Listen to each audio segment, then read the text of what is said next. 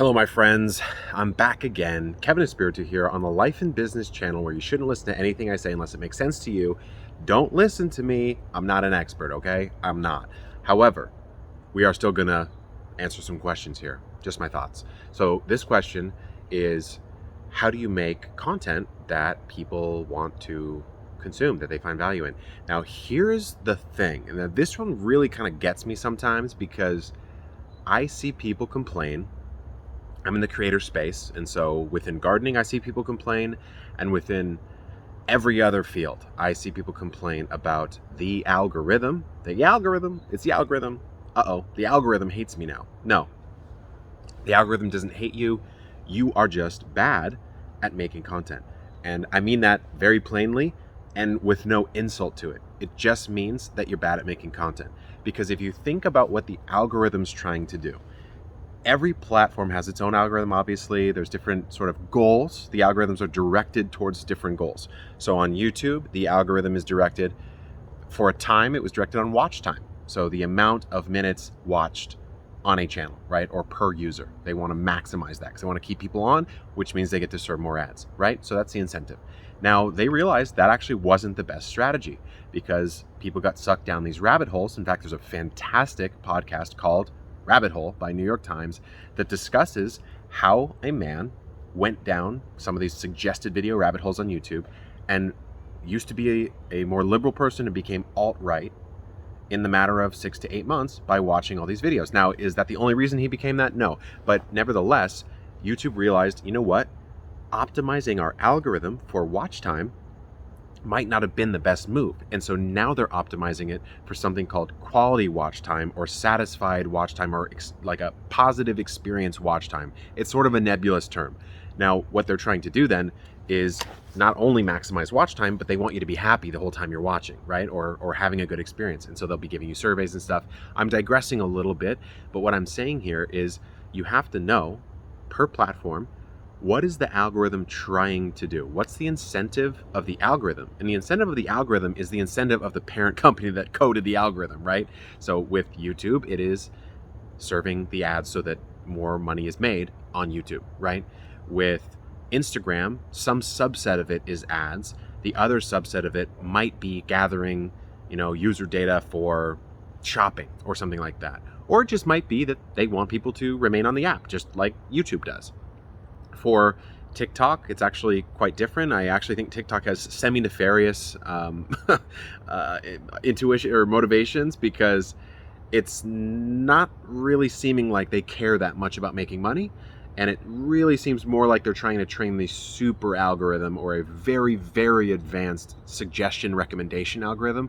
But now we really are getting off topic. The question is, how do you make content that people value? And so, number one, don't ever blame the algorithm ever again, because as soon as you do that, you're done. In my opinion, if you blame the algorithm because it's not making your stuff be seen the way that it used to be seen, you're actually just going to lose forever, because the algorithm is responding to the collective interest and the collective attention that's given to it by everyone that's watching the platform. So it's interesting because I would bet a lot of money that the same people who would complain about the algorithm also do the stuff that the algorithm is adapting to that makes their stuff not seen, right? So if they keep putting out, let's just take Instagram, for example, beautiful photos of these herbs back here, and it's just a photo of the herbs, right? Well, there's been 444 million photos of herbs with a caption on it, and people are fatigued to that type of content. People don't respond that much to that type of content anymore, and it should be no surprise that the algorithm doesn't want to keep serving it if it's not performing, right? Where the global populace is just like, hey, look, I've seen herbs a million times. I don't want to see it anymore. And I skip through it. I don't even interact with it at all. I don't even stop my screen on it, right? So number one, don't blame the algorithm. Number two, you have to remember that unless you're just doing it for fun, and that's nothing wrong with that, you do it for fun, then don't be mad if it doesn't do well though. But unless you're doing it for fun, you have to remember you do have a customer. You have someone on the other side of the screen, many people sometimes, that wants something from you in a certain way. Maybe they've been conditioned to do it. So, for me, maybe these Instagram reels I do, And on YouTube, it's a different style of content, right? So they've been conditioned to that. And you have to give them, to some degree, what they want, right? Of course, you need to experiment. You need to have your own creativity and your own style and your own artistic senses. But at its core, you do have to give them en masse, especially the bigger you get, what they want.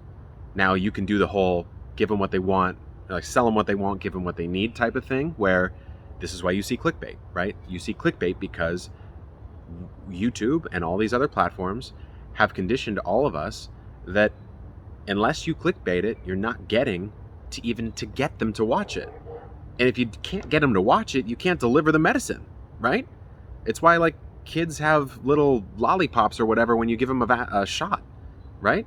That's why that happens. you gotta sweeten the deal up before you give them what they need. So that's why you see stuff like the clickbait. But where I'm going with this is you need to figure out how to produce stuff that people value at scale if you want your stuff to grow. And then you also have to package it in the formats that they want to receive it in. Now that's the hardest part, because some people say, oh, I'm only a writer, I'm not good at photos, or I'm not good at being on camera, or I don't like the sound of my voice. It's like, cool, well, if you don't like that and you're not going to do it, then you can't be mad if that's what people want and you don't want to do it, right? It's like, I want to lose weight, but I don't want to stop eating 44 donuts. Well, okay, well, one of those has to give. Otherwise, you're just going against the laws of the universe at this point, you know? So the two things I would say to wrap it up here. Number one, don't blame things that you can't control. No point in doing that. Not going to help you at all. So don't blame the algorithm or algorithms, or that people aren't liking your content as much because it's a photo, right? And then number two, remember, you're not making it for you. You're making it for them. You're in service to your audience. And so you have to give them what they want while also experimenting and pushing the envelope a little bit, you know? So, I've come up with different types of content that I think would be highly valuable, or at least entertaining. These reaction style videos, making the Instagram reels, getting on TikTok pretty early was a thing that I was like, oh, okay, we'll see how this goes. And so, that's something that I did that, lo and behold, it worked. And then when Instagram reels came around, guess who was a year and a half deep on making short form content? Me. And so guess who made a bunch of Instagram reels that did really well? Me. And guess who, as soon as they figured out that Instagram reels were working, just only made Instagram reels for a while?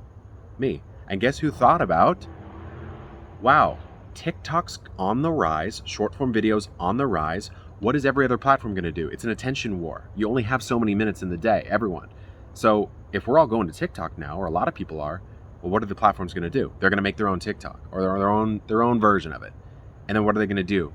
If you make content on that, of course they're going to boost it. They're never going to say they're going to, but they 100% do, and they 100% will. Happen with IGTV, happen with Instagram Reels, happens with every new thing, YouTube Shorts, whatever, okay? So as long as you put those three things together, where am I making the content? What's the incentive of the thing I'm making the content on? YouTube, Instagram, TikTok, Facebook, whatever. Serve that to some degree. Serve your audience to a much greater degree. And really serve yourself just a little bit. You're not doing it for you, okay? That's the thing to remember. Don't do it for you. The thing that gets me is when someone gets mad about their content not doing well, you go to their feed and you go look at their videos and stuff, and it's literally just them talking about their own life and how, like a picture of a nice picture of a garden, great garden, and then they say, it's been a hard last couple days, just putting my head behind the grindstone and doing all this stuff. It's like, if I'm reading that, I don't really care in the context of my own life. What is that content doing to better my life in some way? Are you entertaining me? Are you giving me some escapism? Are you educating me? Are you informing me? It's got to be doing one of those things, right? So if you're complaining about your day to me, or sort of making yourself seem like you're almighty, the almighty hustler or something like that, it's like, cool, well, that's great for you, and go put that on your personal feed. But for me, it doesn't do much. You shouldn't be surprised that it doesn't do well. Anyways, I have a lot more to say on this. Obviously, a little fired up on this one. But if you have any comments or questions on creating content on a variety of platforms, it could be very specific, practical, tactical, or it could be sort of high level like this one, just drop it down below. See you on the next one. Peace out.